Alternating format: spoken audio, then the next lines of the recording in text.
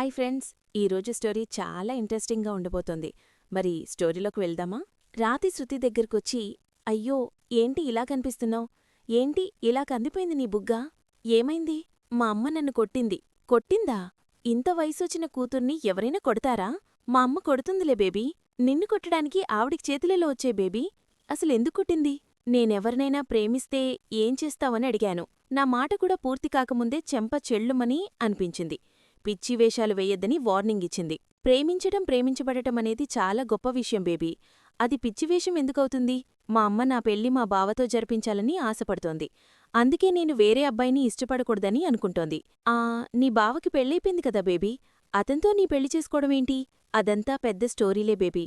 అంటే మన పెళ్లికి మీ అమ్మ అస్సలొప్పుకోదా? నేను చేస్తానన్నా ఒప్పుకోదు. తనే నన్ను చంపేస్తుంది. జల్రాజు, ఇదో తేడా కొట్టేలా ఉందేంట్రా? అమ్మనడిగినా వేస్ట్ అన్న విషయం నాకు క్లారిటీ వచ్చేసింది బేబీ. మరిప్పుడు ఏం చేద్దామంటావ్? పెళ్లి చేసుకోవడం కుదరదు అనైతే చెప్పలేదు కదా. నా లైఫ్లో రెండో ముఖ్యమైన నిర్ణయం కూడా తీసుకోబోతున్నాను జల్రాజు. రెండోదా? మరి మొదటిదేంటి? నిన్ను ప్రేమించడం. రెండోది నాతో బ్రేకప్పా? నిన్ను తప్ప నా హస్బెండ్ ప్లేస్లో నేనింకెవర్నీ ఊహించుకోలేను బేబీ.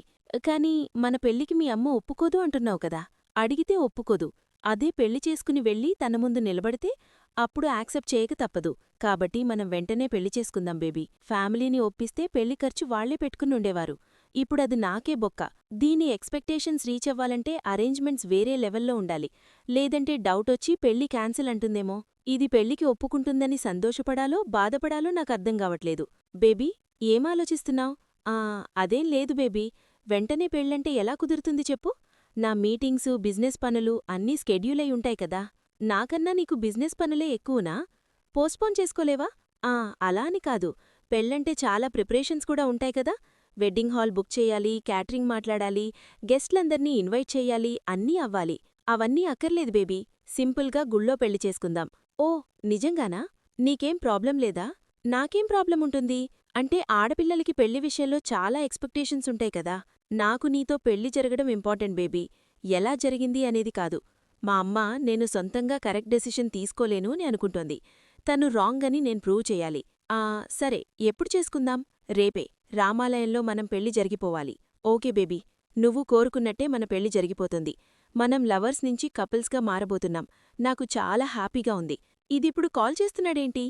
హలో హలో శాలినీనే మాట్లాడుతున్నాను, చెప్పండి. అయ్యా అయ్యా అవునవును, చెప్పండి. దొరికావు శాలిని అనుకుంటోంది చంద్ర. చెప్పు మధు, ఎందుకు కాల్ చేశావు? మీరు చెప్పినట్టే నేను శృతిని ఫాలో చేశాను మేడం. తను జల్రాజును కలవడానికే వచ్చింది. ఏం మాట్లాడుకున్నారు వాళ్ళు? పెళ్లి గురించి మాట్లాడుకున్నారు మేడం.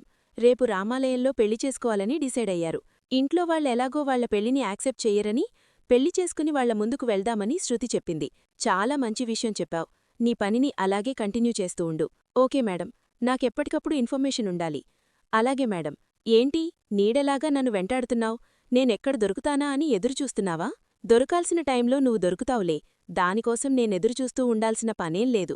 మరెందుకొచ్చావ్? ఇందాక నిన్ను ఓ విషయం అడగాలి అన్నాను కదా, దాని గురించి మాట్లాడ్డానికి వచ్చాను. ఏంటది? నువ్వు స్ట్రెయిట్ ఫార్వర్డ్ మనిషివే అని నాకు తెలుసు. ఏదున్నా ఫేస్ టు ఫేస్ డీల్ చేస్తావ్. కానీ ఈ ఇంటిమీద పగ తీర్చుకునే విషయంలో మాత్రం చాటుమాటుగా కుట్రలు చేస్తావ్. నీ ఐడెంటిటీ బయటపడకుండా జాగ్రత్త పడుతున్నావ్. నీ మనస్తత్వం ఇలా తయారవ్వడానికి కారణం మీ అమ్మే కదా. మనుషుల్తో ప్రేమగా నడుచుకోవాలని చెప్పడం మానేసి పగనీ ద్వేషాన్ని నూరిపోసింది మీ అమ్మే. మీ అమ్మ పెంపకం వల్ల నువ్వు మానవత్వాన్ని మరిచిపోయావ్. బంధాలు, అనుబంధాల విలువ తెలుసుకోలేకపోయావ్. మాతృత్వాన్ని స్వార్థానికి వాడుకునే అంత మూర్ఖంగా తయారయ్యావ్. నిన్నిలా రాక్షసులా మార్చింది మీ అమ్మే కదా. మా అమ్మ గురించి ఇంకొక్క మాట మాట్లాడినా మర్యాదగా ఉండదు. చంద్ర, ఏంటసలు దాని గురించి నీకే? ఈ ఇంటివల్ల మా అమ్మ ఎంత నష్టపోయింది తెలుసా నీకు? తనూ నేను ఎన్ని కష్టాలనుభవించామో, ఎన్ని అవమానాలు ఎదుర్కొన్నామో తెలుసా నీకు? అవును, మా అమ్మ కోసమే నేను ఈ ఇంటిని ద్వేషించడం మొదలుపెట్టాను. మా అమ్మ పగలు తీర్చడం కోసమే క్రాంతిని ప్రేమించినట్టు నటించి పెళ్లి చేసుకుని ఈ ఇంటి కోడలిగా అడుగుపెట్టాను. ఈ ఇంటిని సర్వనాశనం చేయడం కోసమే అందరి మధ్య చిచ్చు పెట్టాను. ఈ ఇంట్లో జరిగే గొడవలన్నింటినీ నేనే కావాలని క్రియేట్ చేస్తున్నాను. ఇలా చెప్పాలని నువ్వు చూస్తున్నావు కదా చంద్ర. ఎందుకు చంద్ర నన్నిలా వేధిస్తున్నావు? అన్నీ నేనే చేశానని ఒప్పుకునే వరకు నన్నిలా టార్చర్ చేస్తూనే ఉంటావా? నా బిడ్డని కూడా నాకు దక్కకుండా చేశావు కదా చంద్ర. ఇంకా నా మీద నీకు పగ తీరలేదా? నన్ను ఎలా కూడా మనశ్శాంతిగా ఉండనివ్వవా? నువ్వు చేసిన తప్పులన్నీ నేనే చేశానని ఒప్పుకోవాలి. నన్ను ఇంట్లోనుంచి బయటికి పంపించేయాలి. అదే కదా నీకు కావాల్సింది? నా ప్రాణం పోయినా సరే నేను క్రాంతిని ఈ ఇంటిని వదిలేసి వళ్లను. నాకు తెలియకుండా నన్ను ట్రాప్ చేయాలని ప్లాన్ చేశావా చంద్ర? నేను కనిపెట్టలేననుకున్నావా? నువ్వు నన్ను ఫాలో చేస్తూ వచ్చి నన్ను రెచ్చగొట్టాలా మాట్లాడినప్పుడే నాకు నువ్వేదో ప్లాన్లో ఉన్నావని క్లారిటీ వచ్చింది. ఈ చిన్న కెమెరాలో నా పెద్ద సంకల్పాన్ని కొలగొట్టాలనుకున్నావు కదా? ఈ వీడియోతో నువ్వు నన్నేం చేయలేవు చంద్ర. ఈ ఇంటివాళ్లకు చూపిస్తే నామీద సింపతి, నీమీద కోపం ఇంకా పెరిగిపోతుంది తప్ప నీకు పైసా కూడా లాభం లేదు. నాతో పెట్టుకోకు చంద్రా, అంత ఈజీ కాదు. సరోజా, ఏంటి లక్ష్మి, డబ్బుల కోసమే వచ్చావా? నీ ఆస్తి అంతా లాగేసుకున్నట్టు ఓ గింజుకుంటున్నావ్? నీకివ్వాల్సిందెంత? ముష్టి 300. 2 రోజులాగు, నా కొడుకు నీ మొహాన పడేస్తాడు. నీ కొడుకు పెద్ద జమీందార్ మరి, నా మొహాన డబ్బులు కొట్టడానికి. అప్పు చేయకుండా రోజూ గడవదు కాని గొప్పలకేం తక్కువలేదు. ఇదిగో నీకు డబ్బులు. బాధ్యత ఉన్నాను కదా అని నువ్వు ఏ మాట మాట్లాడినా పడతాననుకోవద్దు. నా సంగతి నీకు తెలీదు. ఎందుకు తెలీదు? నువ్వు నీ కొడుకు కలిసి ఆడి ఎదవ నాటకాలు నాకే కాదు, ఊరిలో ఉన్నవాళ్లందరికీ తెలుసు. కొడుకును బుడ్డిగా పెంచడం చేతకాదు కాని బిల్డప్పులిస్తుంది బిల్డప్పులు. రేపట్లోగా నా డబ్బులివ్వలేదనుకో, నా సంగతేంటో నీకు తెలిసేలా చేస్తాను. దీనా ముంచారమ్మా. ఆ అమ్మమ్మ వదిలే, తనతో మళ్ళీ ఎందుకు? అది మన గురించి ఎంత తక్కువ చేసి మాట్లాడిందో చూసావు కదరా? ఈ రోజు తక్కువ చేసి మాట్లాడిన వాళ్లే రేపు మన పొజిషన్ మారాక చూసి ముక్కులేలేసుకుంటారు చూడమ్మా. మన బతుకులు మారేదెప్పుడు? అందరినోళ్లు మూతపడేదెప్పుడు? సరే, నీకు గుడ్ న్యూస్ చెప్తానమ్మా. ఏంట్రా, అది ఎవడన్నా పెద్ద మొత్తంలో అప్పిస్తానన్నాడా? డబ్బులు తీసుకోవాల్సిన అవసరం మనకి లేదమ్మా. ఎందుకు? ఎందుకంటే ఆ శృతి నన్ను పెళ్లి చేసుకుంటానని చెప్పింది. నేన్నమ్మను. అదేంటమ్మా, ఈ మాట వింటే లేడిపిల్లలా గంతులు వేస్తావనుకుంటే నత్తలా నెమ్మదిగా నమ్మనని చెప్తున్నావు. ఎందుకు నమ్మవు? ఆ పిల్ల చింకరుకురా. వాళ్ళన్న మాటమీద ఏమీ ఉండదు. నువ్వు 4 మాటలు ప్రేమగా మాట్లాడగానే పొంగిపోయి పెళ్లికి సిద్ధమైందేమో కాని రేపొద్దున వచ్చి మా ఇంట్లో ఒప్పుకోలేదని, అందుకని మన పెళ్లి రద్దని చెప్పినా చెప్తది. ఆల్రెడీ వాళ్ళింట్లో వాళ్ళని అడిగిందంట, వాళ్ళొప్పుకోలేదంట. అందుకే వాళ్ళకి తెలియకుండా గుళ్ళో పెళ్లి చేసుకుందామంది. ఇంట్లో వాళ్ళొప్పుకోకుండా ఆ పిల్ల మెడలో తాలి కడితే నీకొరిగేదేటంటావ్? ఆస్తి దక్కాలంటే వాళ్ళ అంగీకారం కావాలి కదా. అవన్నీ తర్వాత చూసుకోవచ్చులేమ్మా. పెళ్లి జరిగిపోయిందంటే ఆ ఇంటికి అల్లుడిగా అన్ని హక్కులు నాకు దక్కుతాయి. ఆ పైన ఆస్తి దక్కించుకోవడం ఎంతసేపు? నీకా నమ్మకముంటే చేసుకో, నేనేం కాదన్నాను. కాని ఇప్పుడు మళ్ళీ పెళ్లికోసం అప్పు చేయమంటే మాత్రం తుక్కురేకు కొడతాను చూడు. అలా అంటావేంటమ్మా? గుళ్ళో పెళ్లి కదా, ఆ మాత్రం ఖర్చు పెట్టుకోకపోతే శృతికి డౌట్ రాదా? 300 కట్టలేక ఓ ముష్టిదానితో మాటలు పడ్డాడు. నువ్వు ఆ పిల్ల దగ్గర ఇచ్చిన బిల్డప్పులకి దానికి తగ్గట్టు బట్టలు కట్టాలంటే 100 సరిపోవు, 1000 కావాలి. ఇప్పుడు అప్పు కోసం ఎవరి దగ్గరికైనా వెళితే మొహం మీదే తుక్కున ఉమ్మేసేలా ఉన్నారు. కాబట్టి పెళ్లి ఖర్చు ఆ పిల్లతోనే పెట్టించుకోగలిగితే పెళ్లి చేసుకో, లేదంటే ఊరుకో. ఆ శృతిని ఎలా అడగాలమ్మా? ఏదో ఒక సాకు అని చెప్పి కాకా పట్టడం నీకలవంటే కదా. శాలిని తెలియకుండా తన ద్వారానే ప్రూఫ్ సంపాదించాలి అనుకుంటే శాలిని అది కనిపెట్టేసింది. తను చాలా షార్ప్ మైండెడ్ బావా, అంత ఈజీగా దొరకదు. ఉన్న ఒక్క ఛాన్స్ కూడా యూజ్ అవ్వకుండా పోయింది. ఇంక ఏం చేస్తే శాలిని గురించి బయటపెట్టగలమో నాకైతే అర్థం కావటంలేదు. ఎన్ని ప్లాన్లు వేసినా అన్నీ మనకే రివర్స్ అవుతున్నాయి. ప్రెగ్నెన్సీ విషయంలో ప్రూఫ్లతో సహా తనని పట్టించినా అటు క్రాంతి నమ్మలేదు, ఇటు ఇంట్లో వాళ్లు కూడా నమ్మలేదు. ఇంక ఏదైనా ప్రూఫ్ సంపాదించడానికి ట్రై చేస్తే ఆ శాలిని దొరకట్లేదు. ఇప్పుడేం చెయ్యాలి చంద్ర?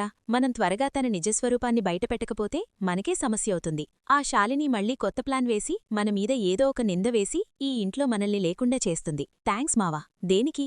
నువ్వు కంగారులో మాట్లాడిన మాటల నుంచి నాకొక కొత్త ఐడియా పుట్టుకొచ్చింది. అందుకు నేనేం మాట్లాడాను? నీకేం ఐడియా వచ్చింది?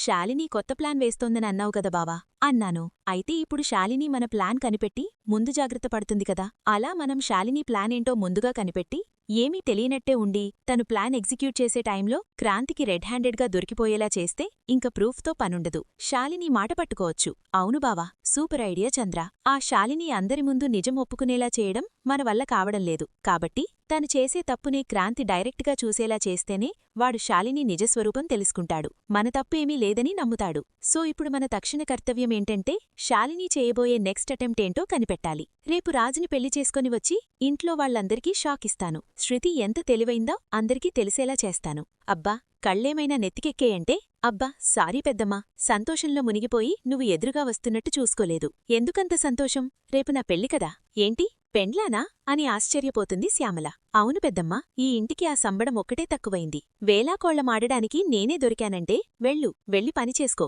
పిచ్చి పెద్దమ్మా, నిజంగా చెప్పినా నమ్మట్లేదు. ఏంటి బేబీ, ఇందాకనే కదా కలిశాం, అప్పుడే కాల్ చేస్తున్నావేంటి? ఓ పెళ్ళిళ్ళ గురించి డిస్కస్ చేయడానికి కాదు బేబీ, నాకొచ్చిన ప్రాబ్లం గురించి డిస్కస్ చేయడానికి. పెళ్లి గురించి చెప్పడానికి నీకు ఎవ్వరూ లేరు కదా బేబీ. ఇంక ప్రాబ్లం ఏంటి? ఏం చెప్పమంటావు బేబీ? డబ్బుల్లేనివాళ్లు సంపాదించడానికి కష్టపడితే డబ్బు ఉన్నవాళ్లు నాలాంటివాళ్లు దాన్ని దాచుకోలేక కష్టపడాల్సొస్తుంది. డబ్బు దాచుకోడానికి కూడా టెన్షన్ పడుతున్నావా? టెన్షన్ డబ్బు గురించి కాదు, మన పెళ్లి గురించి. పెళ్లికి డబ్బుకి సంబంధమేంటి? ఉంది బేబీ. అబ్బా కాస్త వివరంగా చెప్పు, నాకర్థం కావట్లేదు. ఇన్కమ్ ట్యాక్స్ డిపార్ట్మెంట్ వాళ్ళు కంపెనీల మీదకి రైడింగ్ వస్తున్నారని ఇన్ఫర్మేషన్ వచ్చింది. సో మా బిజినెస్ అకౌంట్స్, పర్సనల్ అకౌంట్స్ అన్నీ ఫ్రీజ్ చేసి పెట్టాను. క్రెడిట్ కార్డ్, డెబిట్ కార్డులు కూడా యూజ్ చేయకుండా పక్కన పెట్టేశాను. నువ్వేమో సడన్ గా పెళ్లి చేసుకుందామంటున్నావు. గుళ్ళోనే పెళ్లి చేసుకున్నా అట్లీస్ట్ ఒక 2 లక్షలు అవసరం పడతాయి కదా. 2 లక్షలా? అంత డబ్బు ఖర్చవుతాయే. సింపుల్గానే అరేంజ్ చేశావే. అరేంజ్మెంట్ సింపుల్గా ఉన్నా పేమెంట్ సాలిడ్గా ఉంటాయి. నీకేం తెలుసు బేబీ? నీ ఫ్రెండ్స్ ఎవరైనా అడగొచ్చు కదా 2 లక్షల కోసం. చెయ్యి చాచితే నా ఫ్రెండ్స్ దగ్గర చీపైపోవటం నాకిష్టం లేదు బేబీ. నేనా పని చెయ్యను. మరి రేపట్లోపల 2 లక్షలు ఎలా అరేంజ్ చేస్తావు రాజ్? అరేంజ్ చెయ్యాల్సింది నువ్వే బేబీ, నేనా? నాకు వేరే ఆప్షన్ లేకే నీకు కాల్ చేశాను. అండ్ డబ్బు అరేంజ్ చేయలేనంటే నా మీద రాజ్కి డౌటొస్తుందేమో, పెళ్లి ఇప్పుడే వద్దంటాడేమో. అలా జరగకూడదు. సరే బేబీ, 2 లక్షలే కదా, నేను చూసుకుంటాన్లే. మనకి పెళ్లి జరగడమే ఇంపార్టెంట్. నిన్ను ఇబ్బంది పెడుతున్నందుకు సారీ బేబీ. ఇందులో ఇబ్బందేముంది? ఇది చాలా చిన్న విషయం. Don't worry. ఓకే బేబీ, రేపు మార్నింగ్ పెళ్లి బట్టల్లో గుడిలో కలుసుకుందాం. బాయ్. సరేలే, బాయ్. డబ్బు అరేంజ్మెంట్స్ అన్నీ ఓకే. మొత్తానికి శృతి ఒప్పుకుంది. రేపటితో నా జీవితం మారబోతోంది. రాజ్కి మాటిచ్చేశాను కాని ఇప్పుడు 2 లక్షలు ఎక్కడ్నుంచి తీసుకురావాలి? అమ్మ దగ్గర ఎలాగూ అంత డబ్బుండదు. అత్తయ్యని మావయ్యని అడుగుదామంటే ఎందుకు ఏంటి అని 1,25,000 ప్రశ్నలు వేస్తారు. అమ్మో, టెన్షన్లో బయటపడినా పడతాను. ఇప్పుడు నాకు హెల్ప్ చేయగలిగేది శాలిని ఒక్కతే. శాలిని, ఏం చేస్తున్నావ్? రాకూడదా? అవసరం లేకుండా నువ్వు రావని నాకు తెలుసులే. నువ్వు జీనియస్ శాలిని. పొగడ్తడే వద్దు, విషయానికిరా. నాకు 2 లక్షలు కావాలి. 2 డేస్లో తెచ్చిస్తాను. అర్థమైంది. పెళ్లి ఖర్చుల కోసం అడుగుతున్నట్టుంది. అంత డబ్బు నీకెందుకు? నా కాదు, నా ఫ్రెండ్కి అర్జెంట్ అవసరం పడే అడిగింది. నేను హెల్ప్ చేస్తానన్న నమ్మకంతో అడుగుతుంది కదా. అలాంటప్పుడు నేను డబ్బులివ్వకపోతే మా ఫ్రెండ్షిప్కి వాల్యూ ఏముంటుంది చెప్పు? ఈ విషయం మీ అమ్మకి చెప్పావా? లేదెత్తో, అమ్మకి తెలిస్తే తిడుతుంది. సారీ శృతి, నేనివ్వలేను. పెళ్లికి తెలిస్తే నన్ను తిడుతుందని నీకంటే ఇవ్వగలను, కాని నీ ఫ్రెండ్ కోసం నేను మాటలు పడలేను. నాకే అని చెప్పుకుంటా ఉందిలే. ఒక పంచేయ్. ఇంటి పెత్తనం చూసుకునేది చంద్రే కాబట్టి తననడుగు, హెల్ప్ చేస్తుంది. ఏవండి, శృతి పెళ్లి చేసుకుంటుందా చంద్రానా? హలో, శృతి సీక్రెట్గా రామాలయం గుడిలో పెళ్లి చేసుకుంటోంది. మరిన్ని అప్డేట్స్ కోసం ప్లీజ్ సబ్స్క్రైబ్ చేయండి. Thanks for watching.